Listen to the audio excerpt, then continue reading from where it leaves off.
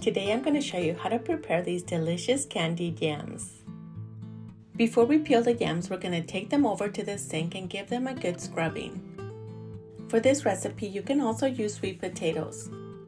I find that they're very similar, except that the yams are a little bit bigger than the sweet potatoes, and they tend to have a little bit more starch, and they're also higher in calories than the sweet potatoes. So if you're using yams or sweet potatoes, you can follow this exact same recipe for either one.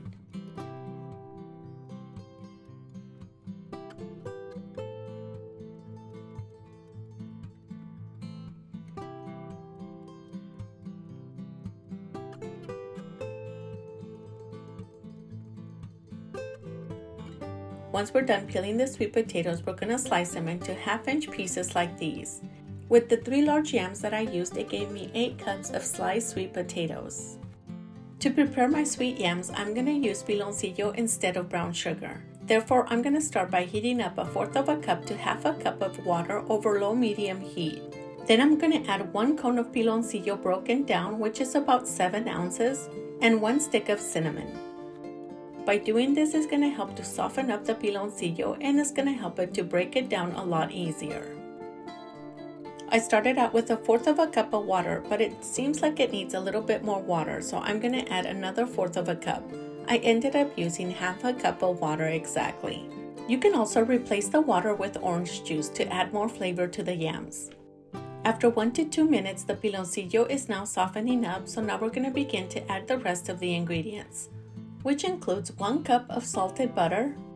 You can also use unsalted butter, but make sure to add a little pinch of salt to bring all the delicious flavors together. We're also going to add 1 cup of granulated sugar, 1/2 teaspoon of ground ginger, and 1 teaspoon of freshly grounded cloves.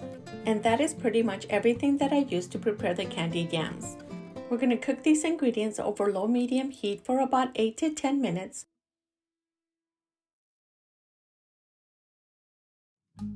Once it reaches a simmer and it has a light thickness like this and you no longer see bits of the piloncillo, mix in the yams to incorporate them with the sauce. Once everything is well incorporated, we're going to cover and we're going to simmer for about 10 minutes over low-medium heat. Then we're going to come back in about 5 minutes to check on them and to move them around.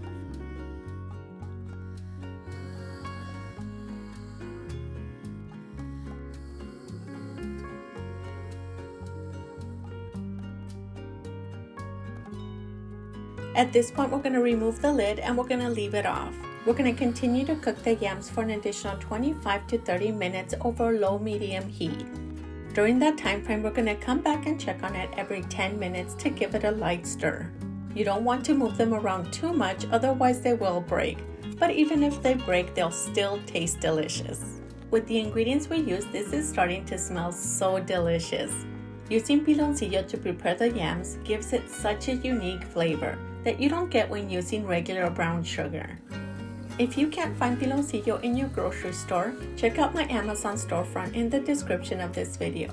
There I have all the hard-to-find ingredients, including all the cookware that I use in my kitchen, and a few other gadgets, and you can have them shipped directly to your home.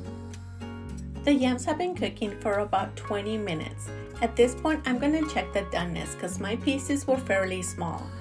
If your pieces are cut a little bit larger, they may take a little bit longer to cook. To check the doneness, insert a fork or a toothpick. If it goes in effortlessly, your yams are ready. Using a slotted spoon, we're going to scoop out the yams and place them in a baking dish.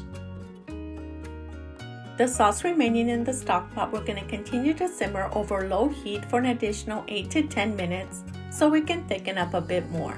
Then we're going to use that sauce to pour over the yams before serving. Thank you so much for having me in your home today. I hope you give this recipe a try because it's finger-licking good. And if you do try it, let me know what you think in the comments. Thank you so much for watching, and I hope to see you in our next video with a different recipe. And make sure to subscribe and hit the notification bell so you can receive notifications each time we upload a new video.